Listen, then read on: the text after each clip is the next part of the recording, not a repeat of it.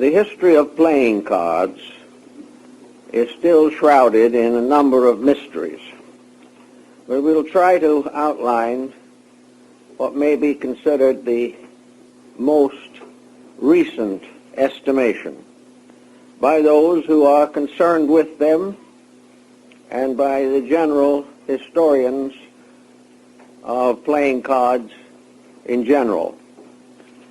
The origin of playing cards is unknown. The probabilities are that these cards originated in the Orient.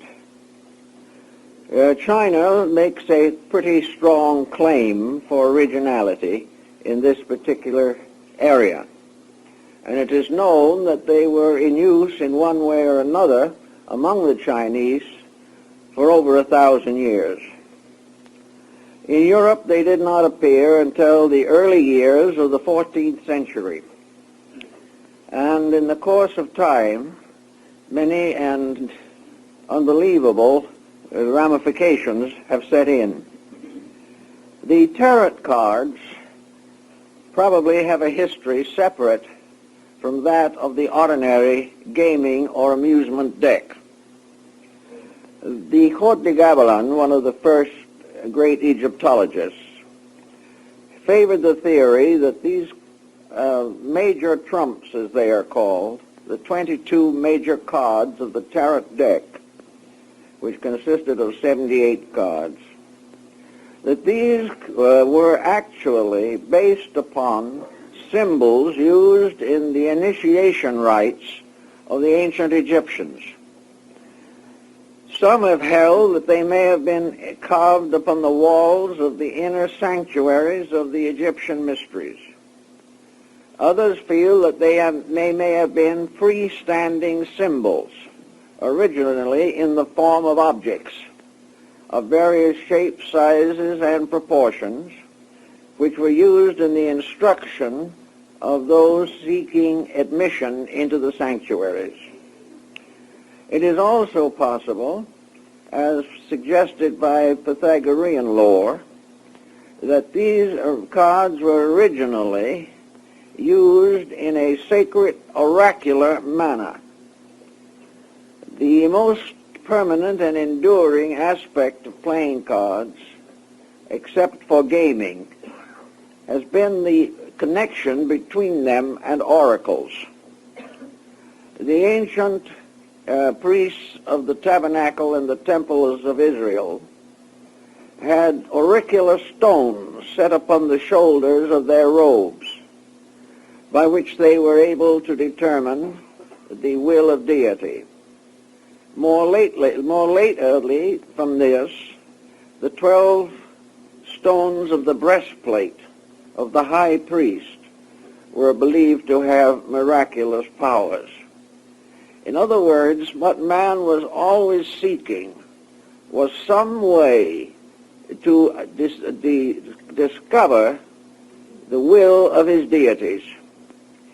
He really wanted to know what they wanted him to do. But unfortunately, the heavens were silent, and the only link between deity and the laity was the priesthood.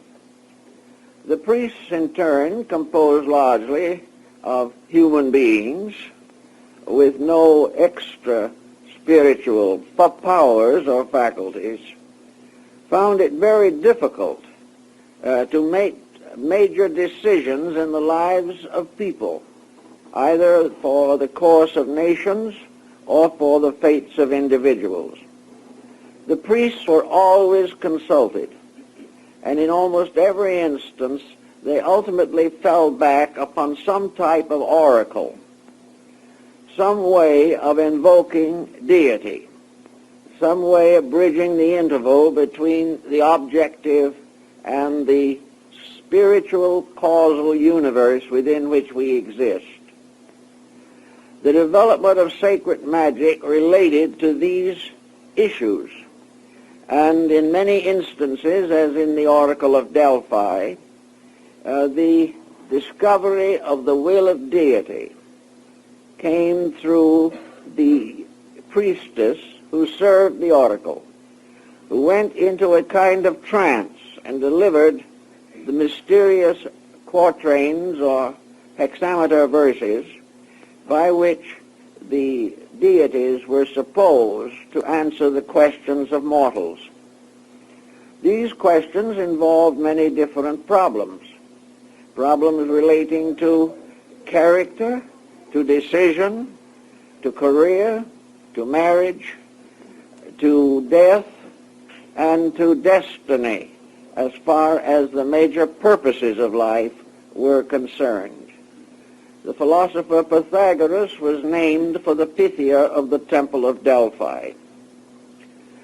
When the child was born, the seers predicted his future and that which he would accomplish, and it was so. We find many references to oracular revelations in the Bible. Usually, however, they were not in the form of cards or anything of that nature, but they were in the form of some type of psychic link between humanity and the powers governing the world. Primitive magic existed in all parts of the earth, among the most savage and primitive peoples. Always in the last analysis, decision was left to fate, and fate in turn was revealed through the oracles. The oracles stood for the concept that there's a destiny that shapes our ends, and the various efforts to determine the nature of this destiny developed over a long period of time. We are inclined to believe that at the very most remote period, divination was by means of arrows. In other words, small sticks falling in various positions and compositions were held to have sacred meaning. We know that similar sacred meanings were found in China by the use of the so-called oracle bones as early as the 2nd millennium B.C. Oracle bones had inscriptions placed upon the flat bones of animals. These inscriptions were in the form of a question and a built-in type of answer. In the Chinese ideographs, this was comparatively simple. A hot iron was then placed on the reverse side of the bone, causing it to crackle, and the cracklings falling through the inscriptions became the basis of the delineations. We also know that the arrows were perpetuated in China in the form of bamboo tubes with a number of slender rods set in. These rods were shaken out one by one from the tube, and the letter on them was the key to the definition or delineation. Actually, as we proceed further, we begin to come upon another type of divination that was very important, and that was with dice. The ancients had several kinds of dice, both in the Orient and in the Occident.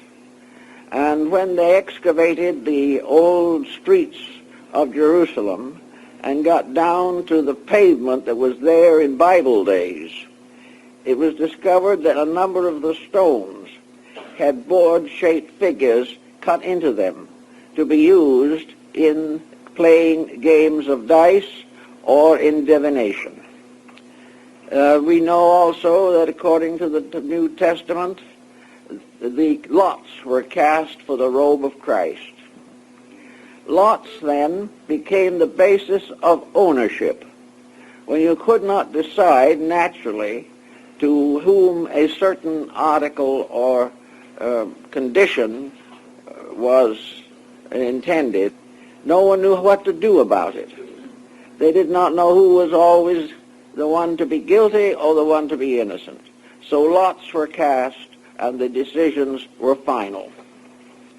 Thus, in a sense, the principle of fate was involved with all of the early uses of divinatory articles. If it is true that the Egyptian temples had within them certain magical figures, also the geometrical solids representing the deities, and systems of numbers by means of which oracles were delivered. We can then remember the wheel of Pythagoras, which, while it may or may not be authentic, is certainly ancient, and by which divination was performed through the combining of letters, particularly the letters of the name of the person asking the question.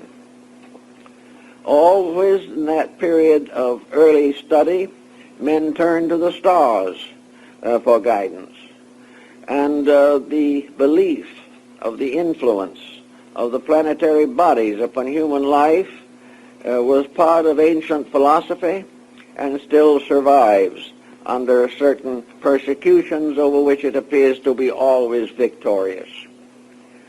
All these little symbols and different articles and different types of things probably led gradually to the production of some type of symbolic card. And one of the earliest names for the tarot cards was the Book of Thoth. Thoth was the Egyptian Hermes. He was the deity that had charge of the books of life. He was the one who spoke for the gods. He was the messenger of the deities. And it was said that he left behind him many books. And it is held by some that the Book of Thoth was really the playing cards, through the constant study and rearrangement of which patterns were created by which human beings could expand their understanding of themselves, their own lives, and the world in which they lived. Actually, then, for the origin of cards, we have 3 or 4 choices. One Chinese, one Egyptian, one Hindu, and one European. All of these have been explored, but they all fall back finally to the nature of man himself, and that wherever the human being has existed, he has developed some type of divination, some way of consulting the invisible and discovering, if possible, the will of the gods as it applied to the projects and purposes of his own career. In most countries, in practically all of the areas, the original use of cards was sacred. They were intended to be used as means of communicating with the powers of nature. They were not profane. They were not originally used for gaming. They were used to answer the questions that were close to the hearts and souls of human beings. In the years gone by, for example, when the penitentiary order was still flourishing in New Mexico, the ceremony annually included the selection of one of the members of the group to play the part of the Christos in the tragedy of Golgotha. In some of the moradas, or chapels of these orders, the Christos was selected by drawing a card from an old deck. Whoever drew the certain card became the candidate for this role. Now here is a use of it in the 20th century, which is not so different from what it may have been in Egypt, India, or China. It was the fact that no one wanted to select a person. No individual, even if he wished to be selected, was accepted on this grounds alone. There had to be some kind of a sacred omen, a sacred symbol to indicate this preference. If, as we now suspect, and rather generally, that divination was the original use, then we begin to understand why and how various designs appeared upon these cards. We know, for example, that they are still used, at least underground, in Tibet. where they contain or are marked with the figures and pictures of the divinities and of the sacred objects of Tibetan Buddhism. We have a partial deck in our library that was found inside of an image, inside of a large bronze image. This deck undoubtedly was used entirely for religious purposes. It was not for any intent of amusement. It was in order that the divine laws could be communicated in some pattern or way, and instruction bestowed for the improvement of character. Now, this may also have been the old Egyptian form, in which the cards were used perhaps even so far as to determine those entitled to initiation into the sacred rites. So we begin with the use of cards as divinational objects exclusively. Then we find that this is true also of most of the streams of omens or symbols that gradually consolidated in the deck of cards. In the Orient, Persian and Hindu cards are entirely used for religious purposes. Later, they gained other fame, but in India, even to the present time, the deck of playing cards is always a religious object. The most important or most common of these decks is the deck of 10 suits, which contain the cards and symbols of the 10 incarnations of Vishnu. Each of the suits is one of the embodiments of the deity. And the pip cards, or the number cards, are ornamented with the device of that particular embodiment. The first embodiment is the fish embodiment, where at the time of his incarnation, Vishnu took upon himself the form of a fish. And at the time of the great deluge, it was this fish that steered the ark with its people and its animals to the final resting place of security. The last incarnation of Vishnu has not yet come. It is called the Kalki, or white horse avatar. In the deck of cards, it shows Vishnu leading a white horse. Each card has each suit card has on it one of the avatars, and is accompanied then by a second court card, usually with 2 horsemen riding in opposite directions. Therefore, unity becomes first manifest as diversity, and a dividing or parting of the ways as represented by the Pythagorean letter, which we now call Y. The Indian decks are very beautiful because most of them are hand-done. And even today, they differ in minor appearances and even to a minor degree in the artist's capacity to capture the symbolism. But they are circular, they are painted on discs of heavily prepared paper fiber, which has been lacquered and varnished, and they are divided in color according to the suits, but all of them together represent the great cycle of the embodiment of deity. We have very little record that these cards are used in gaming. Of course, it is possible that this has happened everywhere. But except for these cards, we find other cards in India, an exception to these. One of the other interesting decks is a complete zodiacal deck, in which the 12 signs of the zodiac become the suits, and the various court cards are represented as deities, usually enthroned upon the symbol of the zodiac over which they preside. This particular system also seems to have been transferred ultimately to Japan, for there we find in the temples of the esoteric sects booklets and small reliquaries with the deity represented and the sign of the zodiac at his feet. These little relic curios are obtainable. We got several of them in Japan. So the astrological deck was a very interesting one among the Hindus.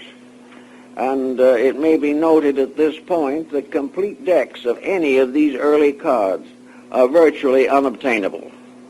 They are in a few world museums because those of artistic quality are usually separated and disposed of separately as miniature paintings.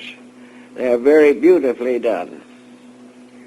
The origin of playing cards in Japan is also rather uncertain.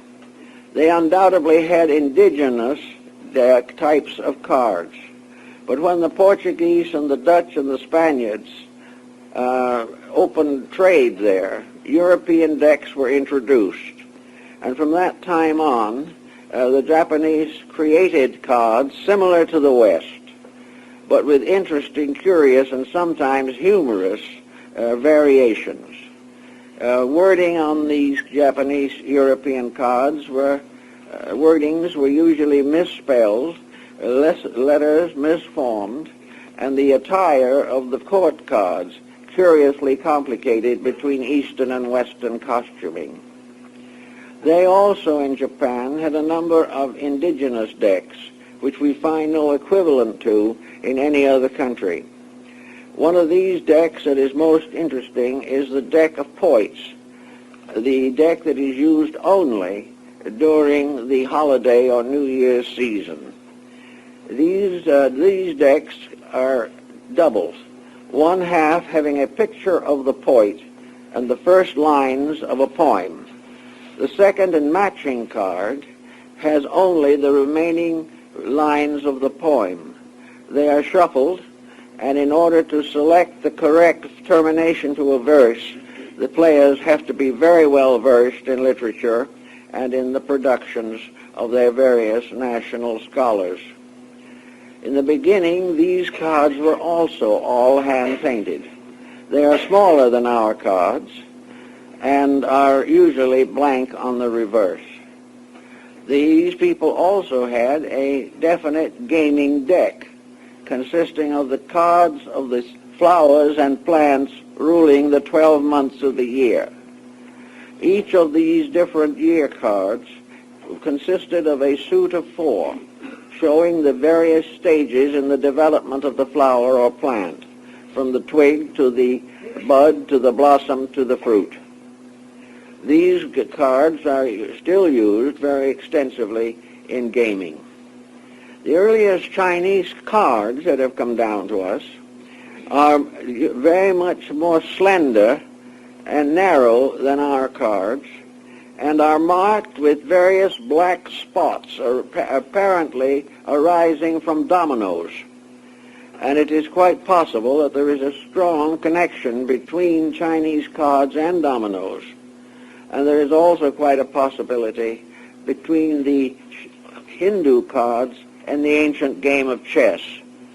There seems to be no doubt that a number of primitive games were combined by various nations in the production of suitable card symbols. The game of chess, for example, was played in India by the Mughal emperors, and the chess board was the courtyard of the palace, and each of the pieces of the set was played by a living person. Various other variations on these difficult and complicated themes can be picked out and have been traced to the best of ability, but the findings are by no means conclusive at the present time. How the various cards of the Near East, possibly Persia or India, reached Europe is again uncertain. Some believe that they were brought back by the Crusaders, whose experiences in the Near East undoubtedly included a study or an acquaintance with the gaming and gambling systems of these countries. Another interesting improvisation lies in the possibility that playing cards were introduced into Europe by the gypsies. The gypsies themselves are mysterious people, and their name includes the word Egypt, gypsy. And it is believed that they may have been remnants of the old Egyptian sacerdotal sects that were driven out by the rise of Christianity. The gypsies became wanderers upon the face of the earth, and they brought with them among their treasures, apparently, a number of elements of soothsaying or prediction and prophecy, psychism and clairvoyance. The gypsies had their own cards, but they also used crystals and palmistry and probably a little hint of astrology mixed into it somewhere. The gypsies wandering about Europe became famous as fortune tellers and were presumed to possess what we now call second sight. Explanations for the second sight also brings in an interesting complication. It is known, of course, that the gypsies became intensely inbred, that they seldom, if ever, married outside of their clan. And in the course of centuries, this inbreeding is believed to have strengthened the psychic propensities, that in some mysterious way this inbreeding helped to perpetuate a traditional descent of memory, that the individual was closer to the past, to his own background, and to the environments of his ancestors as the result of having more intimate and continuous contact with the bloodstreams of those who had gone before. Regardless of how we want to view this, certainly the gypsies received a very strong support for their mystic arts. As we come down through, we examine certain of the cards, particularly the major trumps of the tarot deck, and these are obtainable now almost anywhere where there is a strong Italian colony. They are still used as gaming cards and for divinational purposes in Italy and in Hungary and in some of the Balkan area. These cards have, however, passed through an interesting modification. As may be realized, the church was dramatically opposed to card playing. It was considered to be a sin not only to gamble, but to use them for divinational purposes. The church wasn't entirely successful, but it did accomplish a few restrictions. One of the most common of these was that during even the 14th and 15th centuries and 16th centuries, apprentices, being apprenticed to a master, had to sign a contract. And this contract included the line that they were not to play cards at all except on the Sabbath after church. There appears to have been, however, a little coercion here between the church and business, because it was feared, apparently, that those engaged in various useful or necessary applications of energy, various vocations, would be less likely to do a good day's work if they could get off in the corner and play cards. So to protect business, industry, ethics, and the church, the use of cards was heavily restricted. Another interesting detail occurs, and that is that in the tarot deck, the second card is called the Papist, or the female pope, and the fifth card is called the Pope. Now, there is an old legend that there was once a female pope, which, however, the church is rather reluctant to admit. There is also the fact that on these cards, which were constantly criticized and condemned by the church, there were two sacred figures, both relating directly to Christianity, both wearing the papal tiara. both carrying the papal cross. And as time went on, this got to be an aggravation or an aggrievement of one kind or another. So the modern Italian decks have taken out these two cards and put in their place Jupiter and Juno, two Latin deities. But older decks still have the original allotments, and decks prepared in modern times for students of the tarot, of course, have the original form. But the playing deck, as it is used now by the people, no longer contains these two cards, which are considered objectionable. Gaming was gradually introduced, probably as a result of the natural instinct of the human being to hope for quick gain and to remain steadfast under quick loss. Cards or games were originally probably a combination of gaming and the fulfillment of hope. The individual playing hoped to win. If he won, he considered it a sign of a good destiny. He not only pocketed the money, but had the satisfaction of having gained it through the consent of fate, that it was his by divine right, so to say. The Protestant Reformation practically ended the use of cards in the so-called Protestant areas. But they came back gradually. They were not ousted for long. When the French Revolution overthrew the monarchy, the kings, queens, and jacks of the deck were deprived of their crowns, and all symbols relating to royalty were removed from the French decks. They were, however, gradually replaced. Religious decks in the Western world are not too common, but not too rare.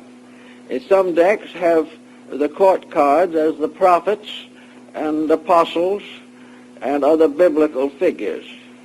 A very favorite subject for a king card was Charlemagne, and it is said that one of the queens was derived from the symbolism of Hypatia. All kinds of strange and wonderful thoughts have become associated with these cards. Now, the 22 cards of the major deck of the tarot, which is the one most used by students of the subject, are very much Kabbalized in modern thinking. To the numbers have been added the letters of the Hebrew alphabet, and the cards have been tied strongly with all of the Hebrew philosophical speculations, including divination. They have been used to reconstruct Kabbalistic designs, and have been used as symbols of the various levels and orders of the Kabbalah. In Kabbalism, the great Sophorithic tree appears in 4 forms, representing the tree of life on 4 levels of existence. These 4 levels of the tree of life are represented by the 4 suits, and the Godhead is represented by the court cards. The other cards constitute the 10 Sephirothic symbols of these 10 spheres or worlds, and also come back again to the Pythagorean tetractys of 10 dots. We'll go into that in a few minutes. Actually, then, the old deck of 78 cards was primarily a philosophical deck. As time went on, a number of improvisations were made. The tarot majors or major cards changed their designs. In some cases, characters from classic mythology and from various systems of symbolism were inserted, and later they became involved more or less with contemporary events.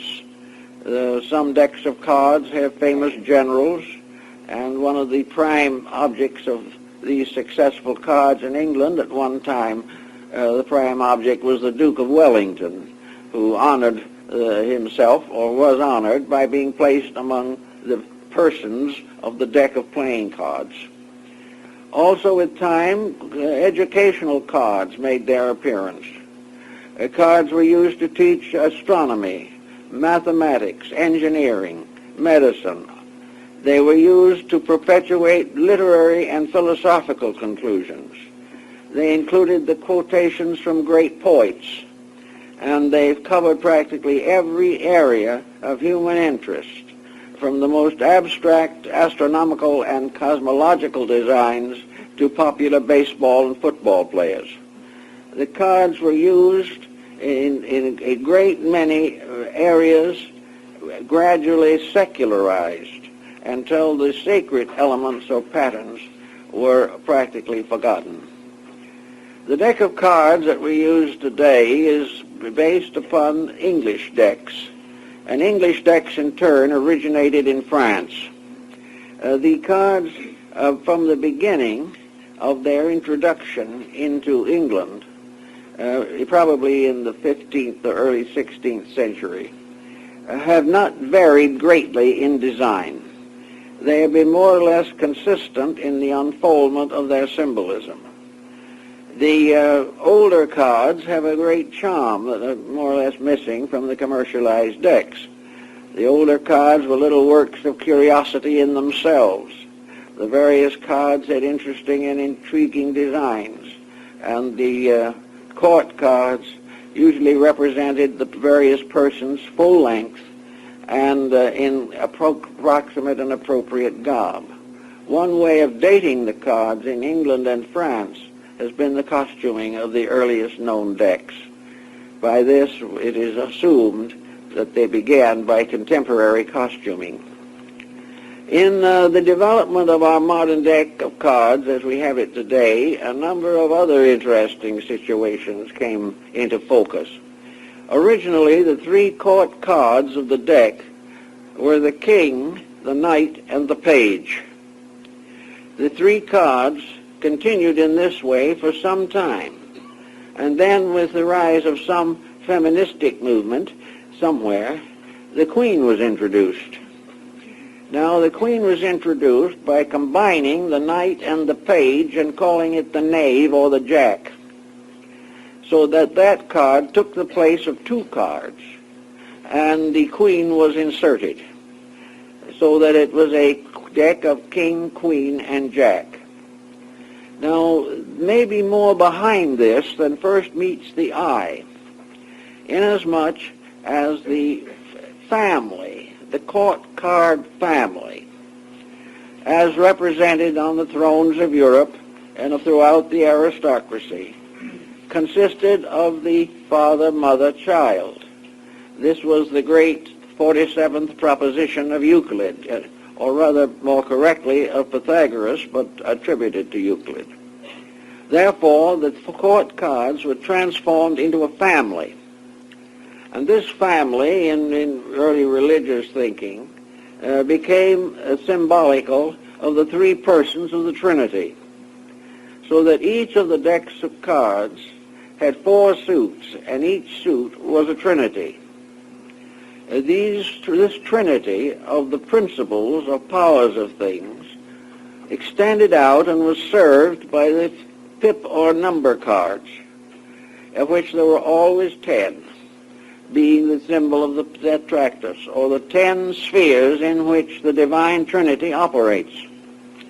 The Trinities in each case belong to one of the levels of human society, so that by the same way they came to be related to the elements, to the quaternaries in the zodiac.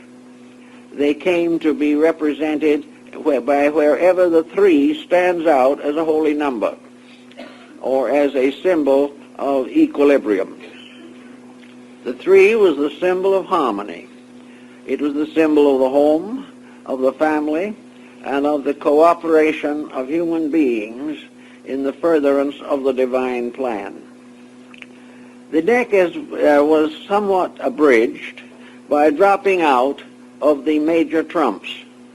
The major trumps were no longer included, and I think where this change took place, we probably are very close to the time in which gambling or amusement took over and the sacred symbolism gradually faded out.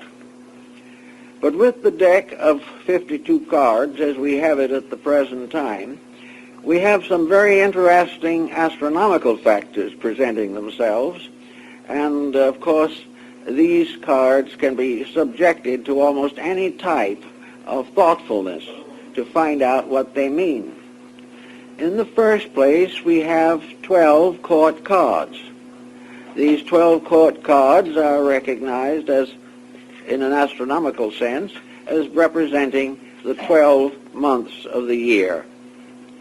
When the double-headed cards were introduced, each of the 12 cards had two portraits on it instead of one inverted to the other. These 12 multiplied or increased by a second 12 became 24. These 24 faces, therefore, fitted very well into the concept of the 24 hours of the day, which in turn descended to us from the 24 elders before the throne in the book of Revelation. Having thus more or less identified this particular point, we go on to the consideration of the cards themselves. Each of the suits consists of 13 cards, and the four suits combined give us 52, which is the number of the weeks in the year. If we add the spots on all the cards together, counting the Jack as 11, the Queen as 12, and the King as 13, and I'm going up from 1 to 13, the result is 364, which is one day short of the year. In order to take care of this little detail, at quite an old date, the Joker was introduced, which made the number of actual spots 365. Some modern card manufacturers, no doubt without any intention of so doing, now provide their decks with two jokers, whereby we take care of leap year. But Milton Pottinger, in one of his studies on symbolism, points out the parallels, for example, between the symbolisms on cards and the symbols of Freemasonry and other ancient esoteric societies.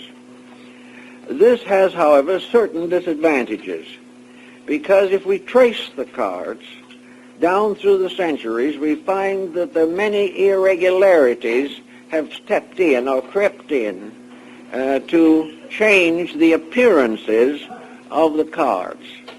It still remains true, however, that the King of Clubs is probably the Grand Master of the secret empire of the cards, for he is the only one who carries the orb, which was the symbol of ultimate royalty. But all the cards can be taken, and you can sit down and compare them. You can also, if you're interested, secure different cards from different makers and compare the details of symbolism. There are differences, some of which may be quite significant. In the older decks, for instance, the orb of the King of Clubs is surmounted by a cross. In the modern decks, the cross has been transformed into a trifolet leaf, which no longer resembles a cross. But if you go back far enough, the cross is restored. So all the new decks and so on are hampered by modernization and by the gradual conventionalizing of the symbols which are upon them.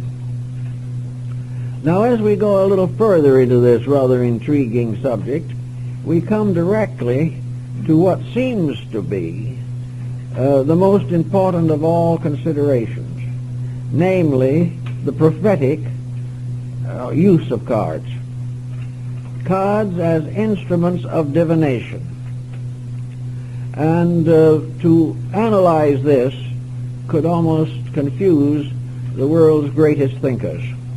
for the simple reason that it has been impossible up to the present time to explain why and how a turn of a shuffled deck of cards can produce a card with a specific meaning for an individual. Yet it would appear that such actually occurs.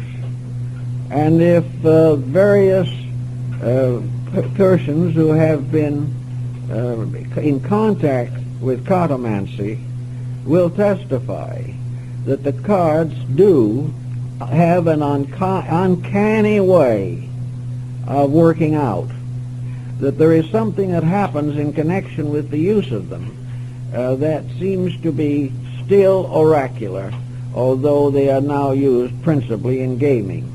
Of course, even in gaming, the players have to almost pray that the certain cards will appear. And if they do not appear, it is almost a sign that the judgment of heaven is against them. Of course, the judgment of heaven is sometimes modified by marked decks and other dishonest practices. Speaking about curiosities in connection with gaming, King James I of England was quite an inveterate gambler. He used to love to go down to Gray's Inn and play with the attorneys down there, his favorite card games. It is even said that many titled ladies enjoyed this avocational interest. But the king himself was apparently a very busy man, heavily burdened with the responsibilities of state.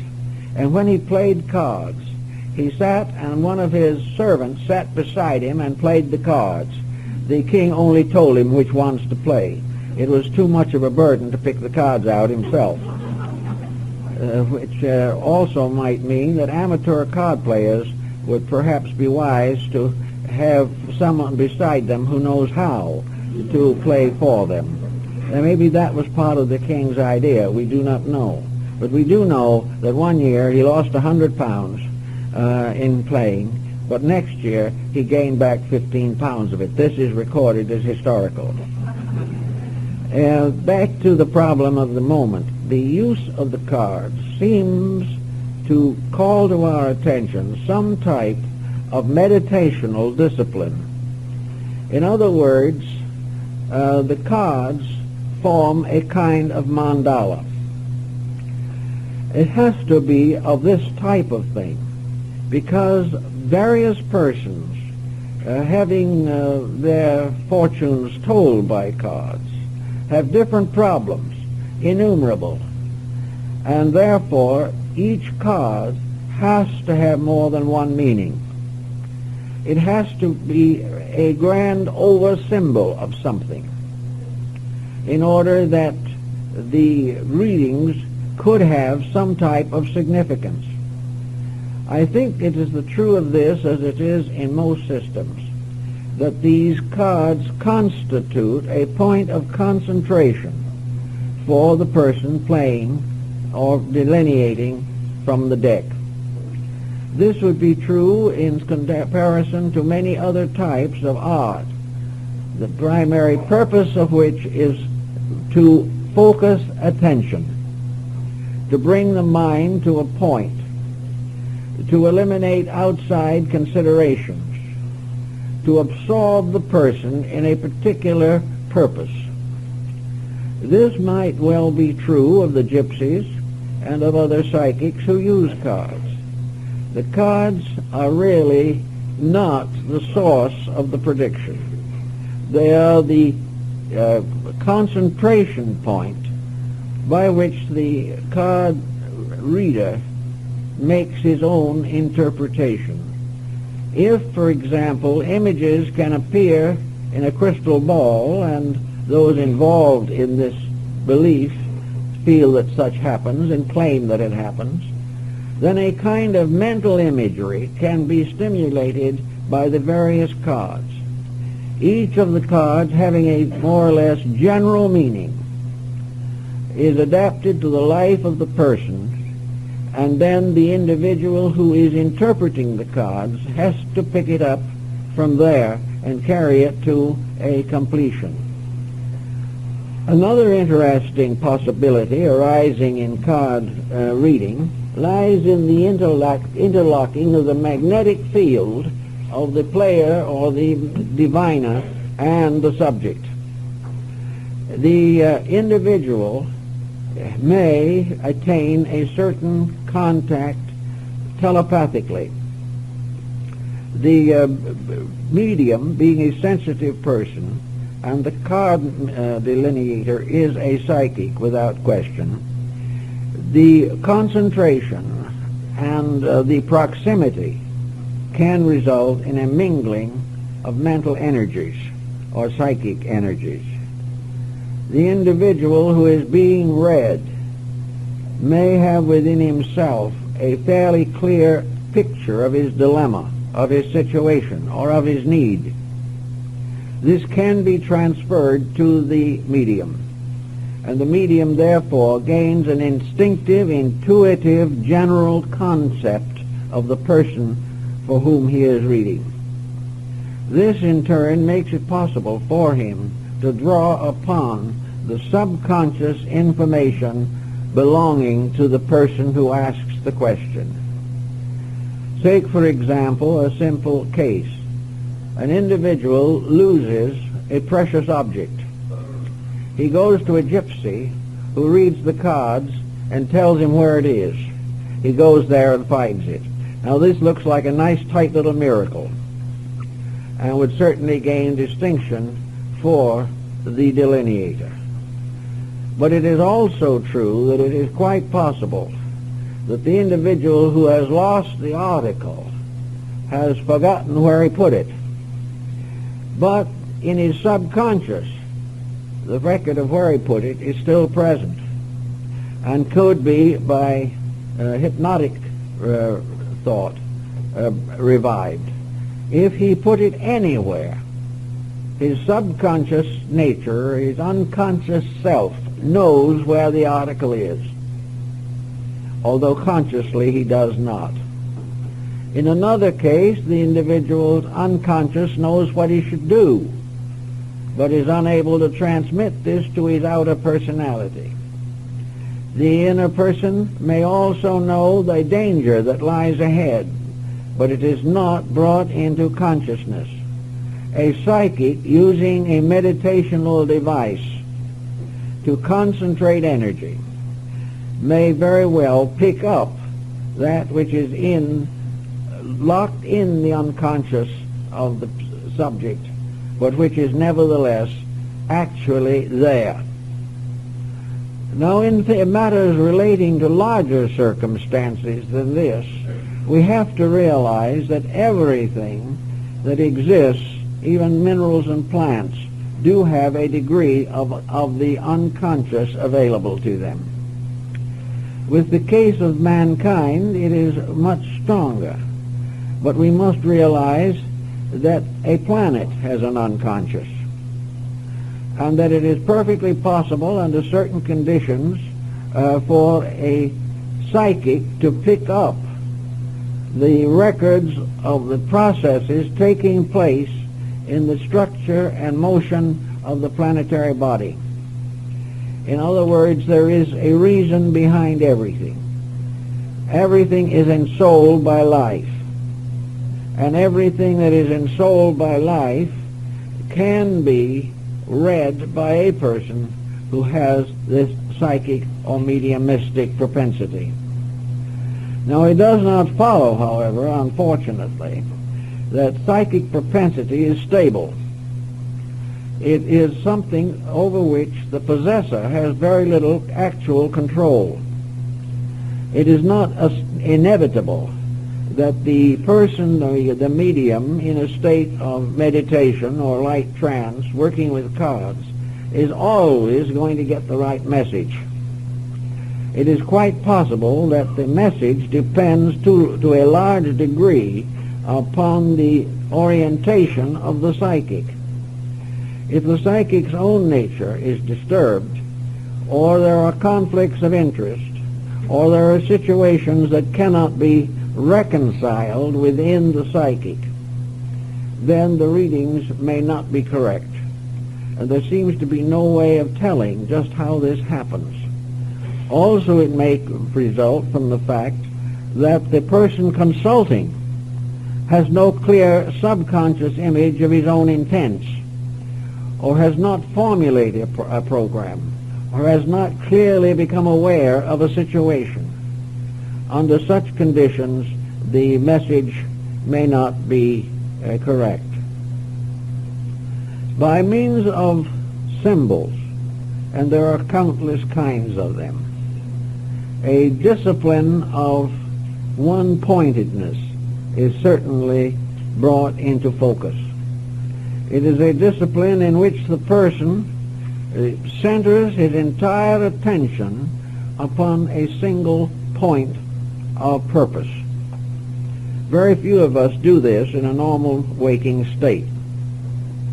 We are diversified, we are mixed up in our allegiances and in our acceptances and rejections of circumstances. But in sleep, in dream, the possibility of archetypal dreams is enormous. The individual does contact a deeper surface of his own life, which knows more than he knows about the conditions that affect him. One of the reasons why these dream patterns come through is because he is no longer consciously using the mind to advance some attitude or belief of his own, which may be contrary to the general purpose of his life. So as a dream state makes each individual receptive to a deeper part of his own nature, so the meditation state is a state of wakeful dreaming. It is a type of quietude achieved by discipline rather than by natural need for rest. We are all, every moment of the day, in need of some type of psychic rest. We wake up and we are immediately burdened with the problems of the day. And from that time on, we have very little integration in ourselves. Whatever concentration we do have is directed toward our responsibilities, obligations, duties, or pleasures. Therefore, throughout our waking hours, the internal has very little opportunity to express itself. It is quite the same in the meditative disciplines of the East. You can lay out a deck of cards so that it will be very close to one of the Buddhist or Hindu mandalas. It becomes a thought picture, a kind of orderly structure, the arrangements and rearrangements of which are archetypal.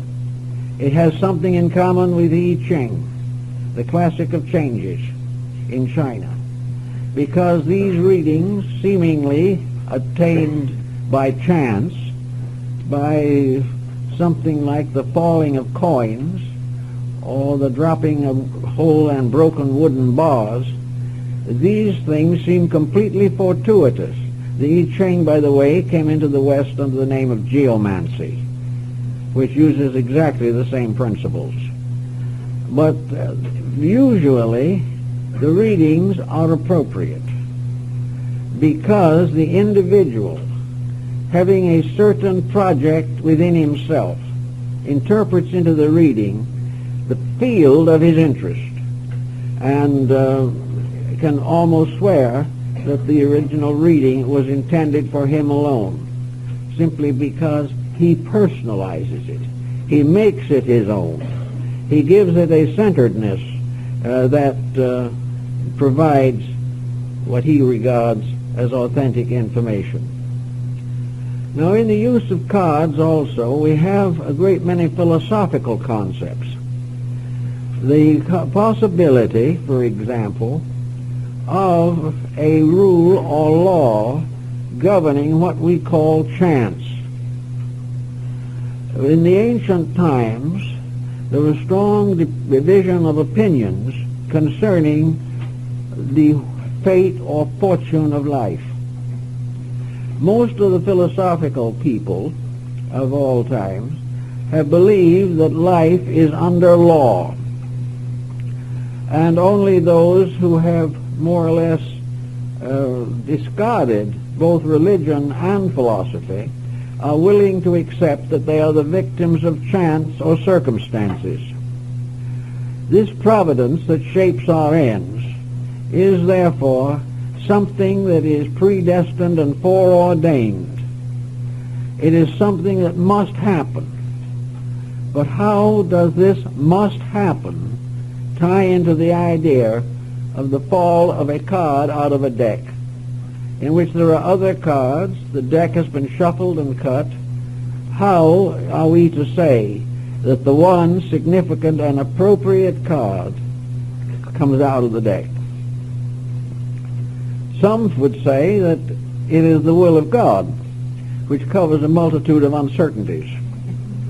Others will believe that there is some kind of a machinery behind the individual which causes these predestined occurrences to arise in various ways. There's hardly anyone who lives a life in which they have not at some time received a warning or an omen or a hunch or an intuition that came true. Now this means apparently two things. One, that the individual is in some way related to life in a manner that such curious coincidences are explainable in terms of natural law. We do not know just how to explain them, but that they must be explainable. The second thing that you find in divination is that there are indications, quite obvious and evidence, that these cards predict events that have not yet occurred. In other words, they will tell the outcome of a circumstance that is still uncertain. We know that as individuals we do not have full control over the circumstances that we approach each day. There are possibilities, there are certainties, there are impossibilities, and we must be faced with all of them. Therefore, if there is a power somewhere to anticipate future events, even over a period of centuries, to describe in detail occurrences that have not happened, this presents a very elusive but intriguing subject. One answer to this has been that there is no change in the life of the person or of the world which is an immediate change. Change occurs not in the body, but in the psychic content.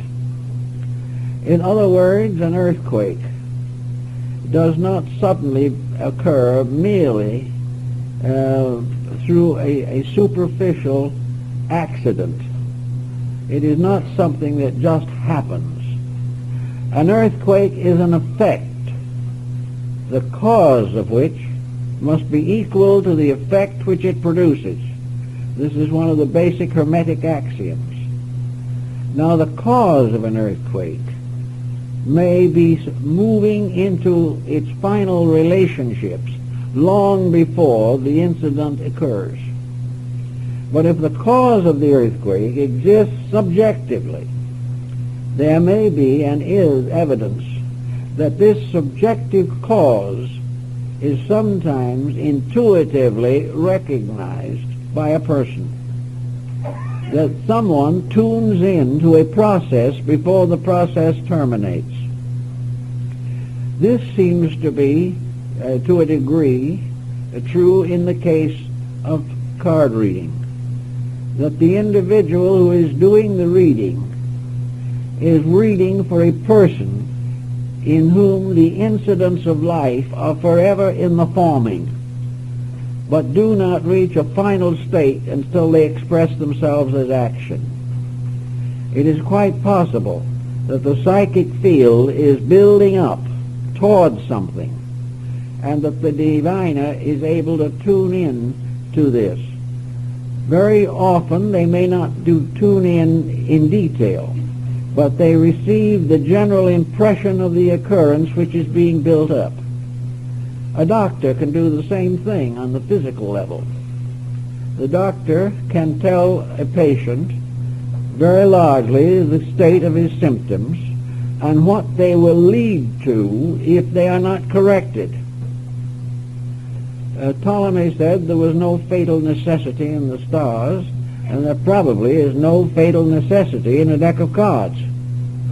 But as the doctor, because of acquaintance with the development of an ailment, can give warning, and can perhaps apply remedy, and can certainly diagnose the situation and arrive at a general prognosis of it.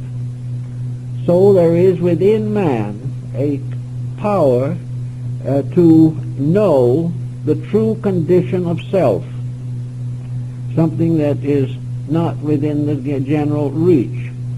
Some believe that this knowledge of the true condition reposes in the soul, and that therefore the soul is the key to all prediction, all prophecy, all omens. That the psychic self within man is not only the controller of all processes taking place within him, but is also a perpetual diagnostician. It is present in him and is capable of warning. It is capable of pointing out internally, through intuition, through hunches, the development and ultimate of a course of action. It also could very well tell him, in character analysis, the profession he is best fitted for. For the psychic center, the soul, is the manager of both the mind and the emotions.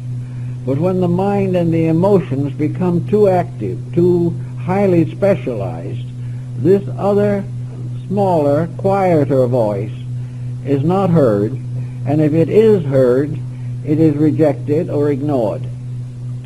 So the seat of all forewarning probably rests in the individual soul, in the world soul, and in the divine soul. In these levels and in these areas, the life of the individual is no longer an uncertainty. Now in India it is held also that persons coming into birth have a certain power of choice as to the phases of their lives and natures which they will develop in a certain embodiment. Indian astrologers have done a great deal of work in relating to this subject, but for the most part their findings have been difficult to transfer into Western life. But the principle is that when we come here, we unconsciously know why. We know just about what is happening. And because without the interference of the material mind and the emotions and the inhibitions of the body, the individual is able to listen more directly to the needs of the soul. He may choose a difficult life. He may choose to end their life in tragedy, because he knows that in the great pattern of things, this is necessary for his own growth. The doctor may therefore warn his patient that he'd better have surgery if he wishes to recover, and if he waits too long, he won't recover. And the soul inside of man can say, you need this discipline. You'd better have it as soon as possible. Otherwise it will recur, and the mistakes you are making will multiply, and your condition will worsen. Realizing these types of things, we can take as perhaps a fact that inside of us is the supreme fortune teller, that within us is this power that is constantly impelling us to the fulfillment of that destiny which is best for us but which we have a tendency to reject. If, therefore, in earnestness and in great need, we turn to an objective catalyst, this can be very important in the solution of a problem. An individual who wouldn't think of going to a maiden aunt for advice will go to a medium. He knows the aunt too well, or doesn't agree with the aunt. Therefore, he goes to someone whom he assumes knows nothing about him. He goes to the fortune teller who lays out the cards. And in laying out the cards, we find the person hoping for an answer to, for a moment at least, suspend his own judgment in the hope that he is going to have a revelation that is more useful. He would never stop alcoholism of his own accord. But if in a deck of cards it appears that if he keeps on drinking he's going to become a hopeless alcoholic, he will listen to that because it seems to come from space. It seems to come from a superior source. And he does not realize that this superior source may be inside himself. So when the person relaxes away and says, I'm not going to judge this, I'm going to let the deck of cards tell me, in that very moment he comes the closest to honest judgment of himself.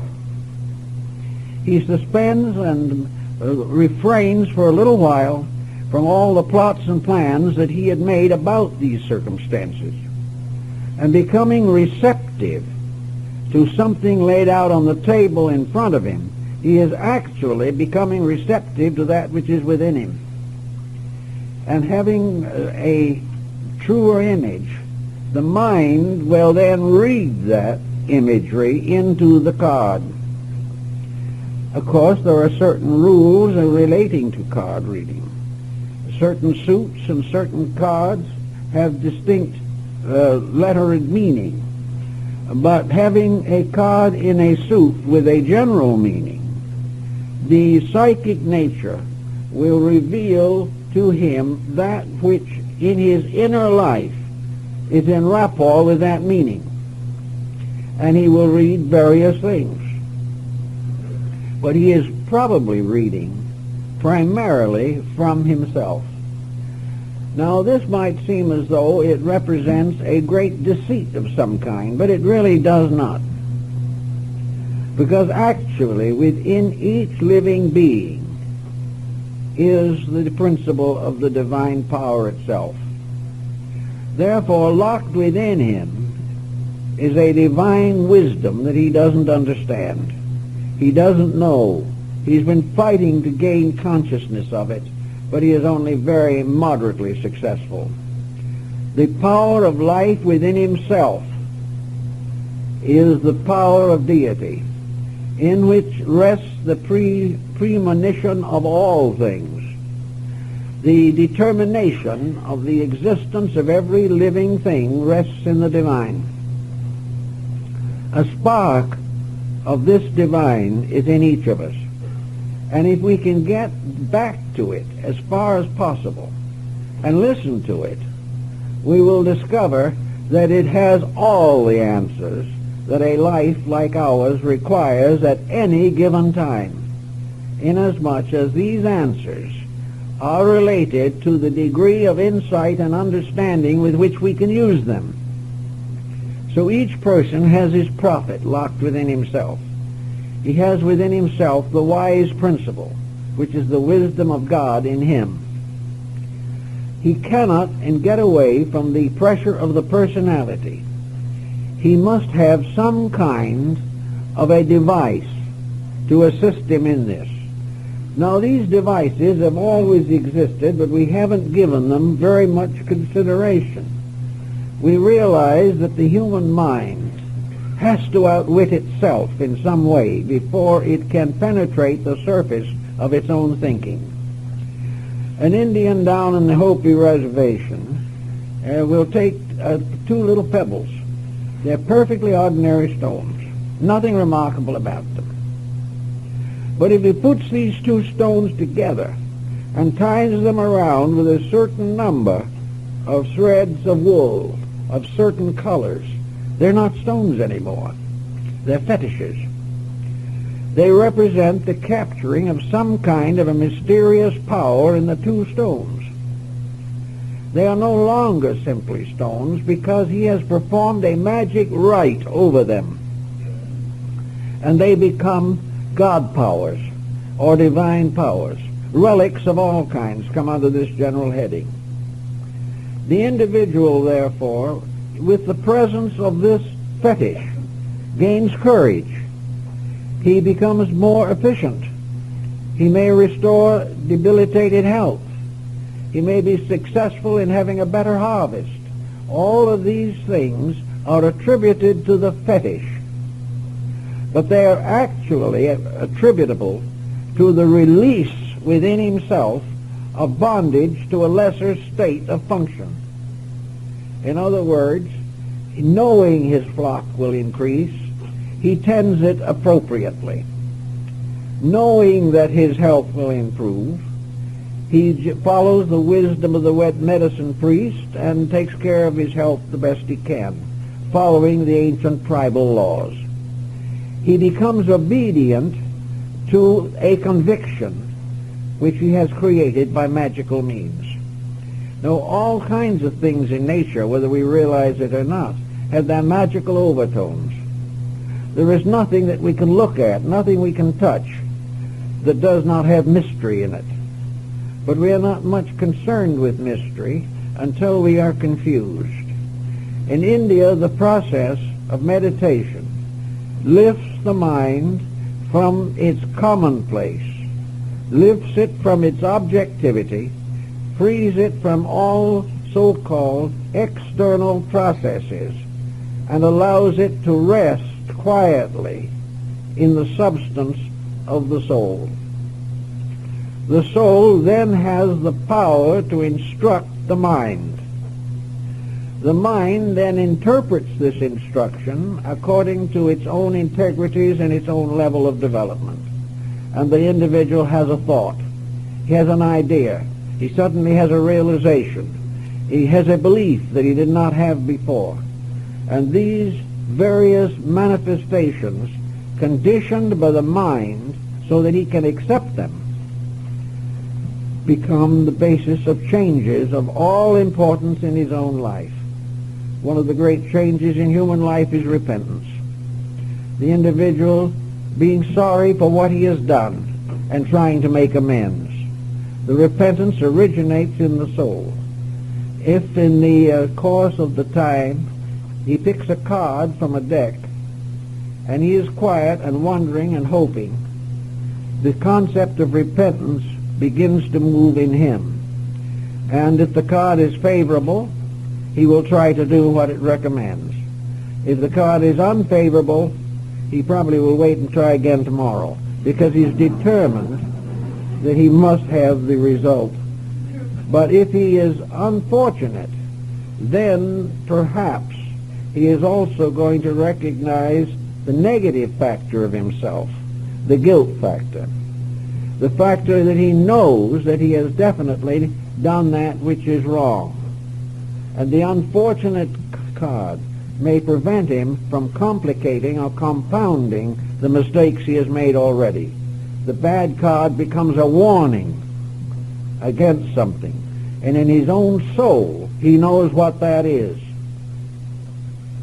So there are so many different implications and applications to divination with cards that the only practical way is to read a good handbook on the subject, but always remember that the true decisions arise within yourself.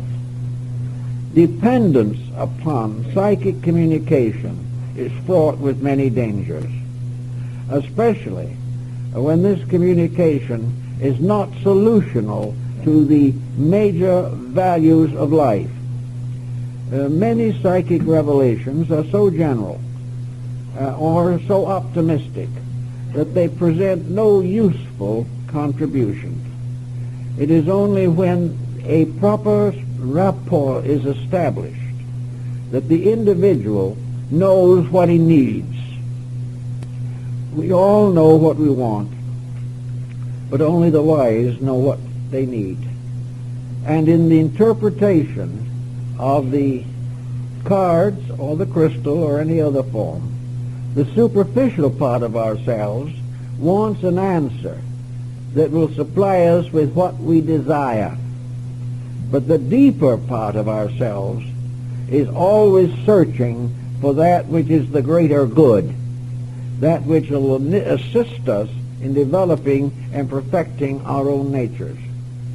So if you are given to card reading, if you are given to astrology, if you are given to any of these fields of mysticism, remember always that they are meditation centers by means of which it is hoped that you will explore the deeper part of yourself and find out what your needs really are.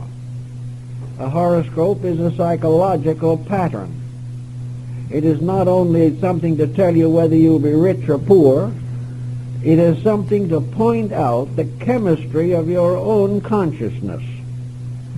And if you are able to relax into the knowledge of yourself, you will constantly receive constructive guidance.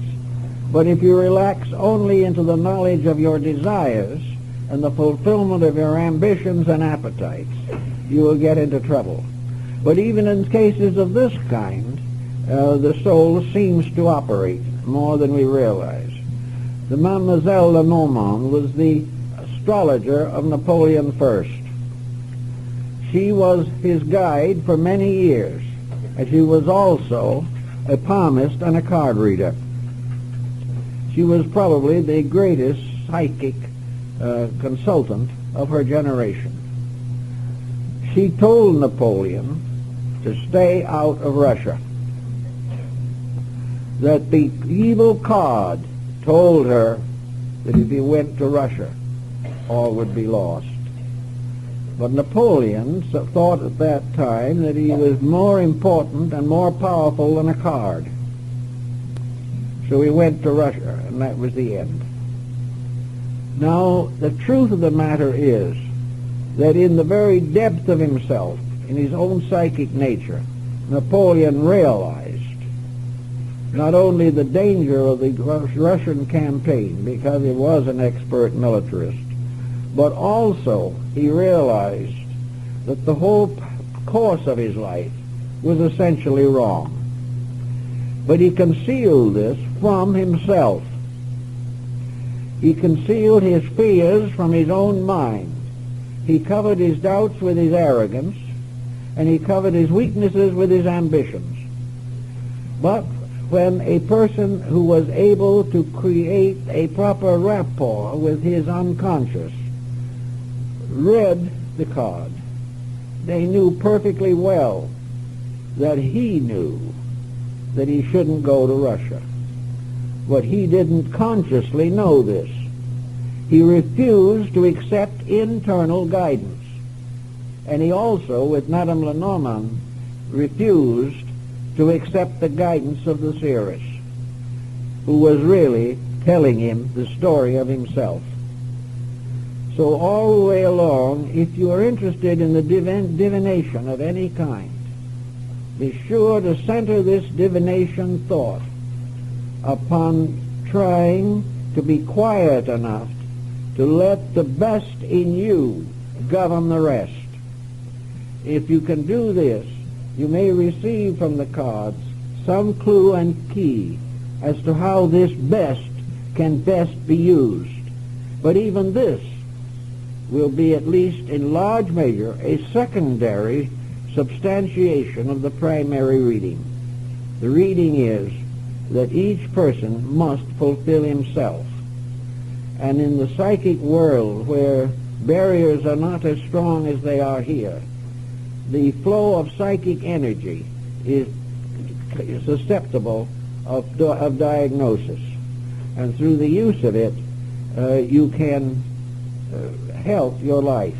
But you can also help your life by one of the simplest of all of these meditational disciplines, and that is honest prayer, dedication, devotion to principles, realization of right, and the courage to live according to the best you know. These also release the internal. And sometimes this release is a reflection from something outside of yourself. But it's always aimed at that which is within you, by means of which, in the fullness of time, you will achieve the purpose for which the soul in you is guiding you.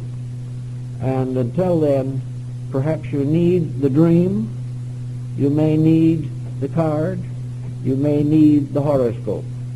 But all of these can only help you to release that power in yourself, which is always sufficient to all need if you use it properly. This is more or less the message of the moment as far as I see it. So thank you very much. This is open house. We hope you'll all visit with us. We're going to have a little talk this afternoon on flowers, and for the occasion we have placed a whole group of playing cards of different countries along the wall of the library under the glass that's on the surface.